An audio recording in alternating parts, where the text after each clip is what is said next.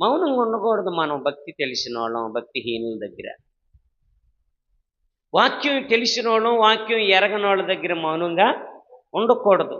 ఆయన మౌనంగా లేడు. ఆయన ఏమంటున్నాడు? నువ్వు కూడా అదే శిక్షలో ఉన్నావు, సిలువ మీద వేలాడుతున్నావు గనుక దేవుడికి భయపడవు నువ్వు.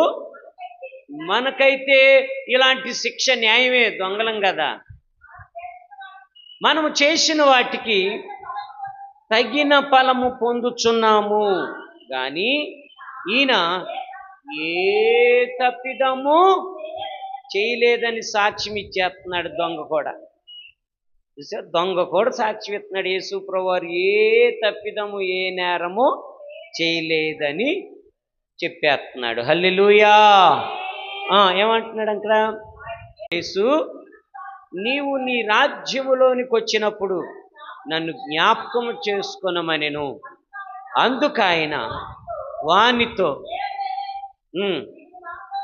నేడే నీవు నాతో కూడా పరదేశులో ఉందువని నిశ్చయముగా నీతో చెప్పుచున్నాననేసాడు. అంతే. యేసు ప్రభు మాట పలికాడంటే అది అవునవుద్ది అంతే. హల్లెలూయా.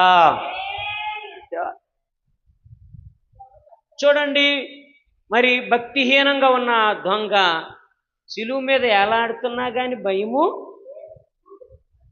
ఇంకా దేవుణ్ణి దూషిస్తున్నాడు కానీ భయం లేదు. అంటే అక్కడ ఏలాడేవాడికే భయం లేదు కదా, ఇంకా మామూలుగా తిరిగే వాళ్ళకి భయం ఉంటుందా?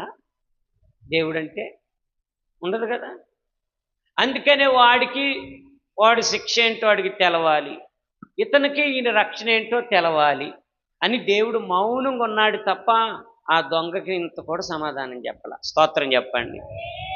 దేవుడు చెప్పాల. కానీ దేవుణ్ణి నమ్మిన విశ్వసించినటువంటి కుడి ప్రక్కన ఉన్న దొంగ మౌనంగా లేడు. హల్లెలూయా. తోటి దొంగే కదా, నువ్వు అదే శిక్ష అనుభవిస్తున్నావు కదా సిలువ మీద అలాడు. మనం శిక్ష అనుభవించడానికి అర్హులు, మనం దొంగలం.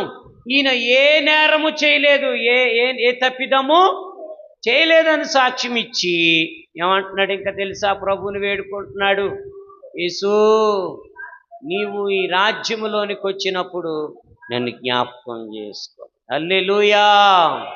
చూసావా?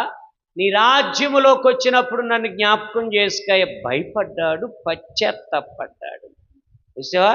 ఇంకా దేవుడి దగ్గర ఏమన్నాడు తెలుసా? ఆ దొంగతో, పక్క దొంగతో, మనం శిక్షార్హులం అంటే ఏంటి? ఒప్పుకుంటున్నాడు. స్తోత్రం చెప్పాలి.